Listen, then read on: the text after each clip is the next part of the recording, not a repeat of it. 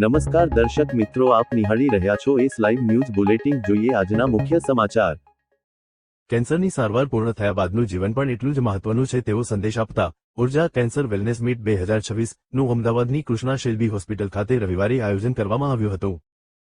Shalby cancer and research institute SCRI અને Shalby મલ્ટીસ્પેશિયાલિટી hospitals દ્વારા આયોજિત આ કાર્યક્રમમાં 100મી વધુ કેન્સર વોરિયર્સ અને તેમના પરિવારજનો ઉપસ્થિત રહ્યા હતા।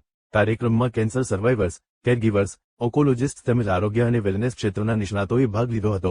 કેન્સરના નિદાન અને સારવારથી આગળ વધીને સારવાર બાદના જીવન, શારીરિક અને માનસિક સ્વાસ્થ્ય તેમજ સર્વાઇવરશિપ જેવા મહત્વપૂર્ણ મુદ્દાઓ પર ચર્ચા કરવામાં આવી હતી। કાર્યક્રમના ભાગરૂપે સ્ટેન્ડ અપ કોમેડી ચિરાયુ મિસ્ત્રી દ્વારા હાસ્ય થેરાપી સત્ર યોજાયું હતું। આ સત્રે ઉપસ્થિતોમાં ઉત્સાહ અને હકારાત્મકતા ભરી હતી। ઉપરાંત સોહિની શાહ દ્વારા રિકવરી અને વેલનેસ માટેનું પોષણ વિષય પર માર્ગદર્શન આપવામાં આવ્યું હતું, જેમાં કેન્સરની સારવાર બાદ યોગ્ય આહાર અને સ્વસ્થ જીવનશૈલી અંગે ઉપયોગી માહિતી આપવામાં આવી હતી। કાર્યક્રમ દરમિયાન કેન્સર સર્વાઇવર્સે પોતાના અનુભવો, સંઘર્ષ અને જીવનના નવા હેતુઓ અંગે વાત કરી હતી।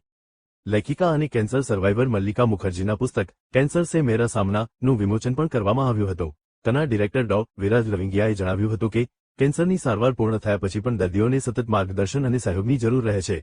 ઉર્જા દ્વારા અમે સંપૂર્ણ કેન્સર કેરના અભિગમને આગળ વધારી રહ્યા છીએ, જેમાં તબીબી સારવારની સાથે ભાવનાત્મક સહયોગ, શિક્ષણ અને સામાજિક જોડાણને પણ મહત્વ આપવામાં આવે છે। શેલ્બી હોસ્પિટલ્સ અમદાવાદના મેડિકલ ઓન્કોલોજિસ્ટ ડો. માનસી શાહે જણાવ્યું હતું કે આધુનિક સારવારને કારણે કેન્સર સર્વાઇવર્સની સંખ્યા વધી રહી છે।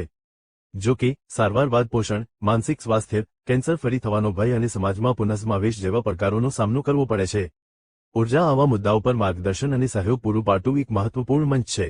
ઉર્જા જેવા કાર્યક્રમો દ્વારા SCRI અને શેલ્બી હોસ્પિટલ્સ કેન્સર સર્વાઇવર્સ તથા તેમના પરિવારજનોને જરૂરી માર્ગદર્શન, સહયોગ અને પ્રોત્સાહન પૂરું પાડવા માટે સતત કાર્યરત છે। આ પહેલ દ્વારા કેન્સર પછીના જીવન સાથે જોડાયેલા મુદ્દાઓ અંગે જાગૃતિ ફેલાવવા અને ખુલ્લી ચર્ચાને પ્રોત્સાહન આપવા પર પણ ભાર મૂકવામાં આવે છે।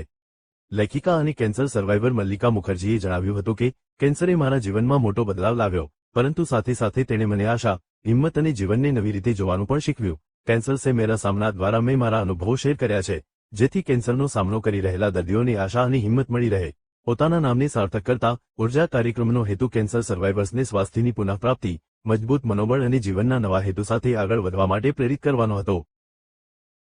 હું ડૉક્ટર માનસી શાહ છું, medical oncologist, Shalby cancer research ઇન્સ્ટિટ્યૂટમાં। આજનો પ્રોગ્રામનું નામ હતું ઉર્જા। પેશન્ટની જર્નીમાં પેશન્ટને આપણે કેવી રીતે સાથ આપી શકીએ, એ લોકોનું જીવન કેવી રીતે સારું કરી શકીએ અને કેવી રીતે પોઝિટિવ એનર્જી લાવી શકીએ, એના માટેનો પ્રોગ્રામ હતો। આમાં આપણી સાથે 100 કરતાં વધારે પેશન્ટ્સ અને એમના ફેમિલીઝ જોડાયા હતા અને ઘણી બધી વાતો કરી, ઇમોશનલ વેલબિંગ માટે, સારા ખોરાક માટે, હાસ્ય માટે અને પેશન્ટની જર્ની પેશન્ટના મોઢે સાંભળવા માટે। સો આ સપોર્ટ ગ્રુપ આપણે જે ક્રિએટ કરી રહ્યા છે બધા કેન્સર પેશન્ટ્સ માટે છે।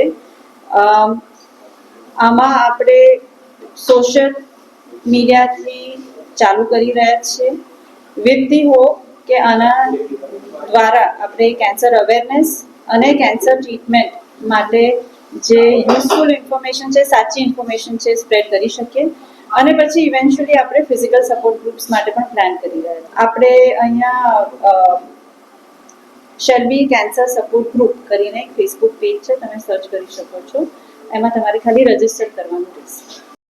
તો દર્શક મિત્રો, આ હતા અત્યાર સુધીના સમાચારની ખાસ ગતિવિધિ માટે આપ નિહાળતા રહો એસ લાઈવ ન્યૂઝ બુલેટિન। નમસ્કાર।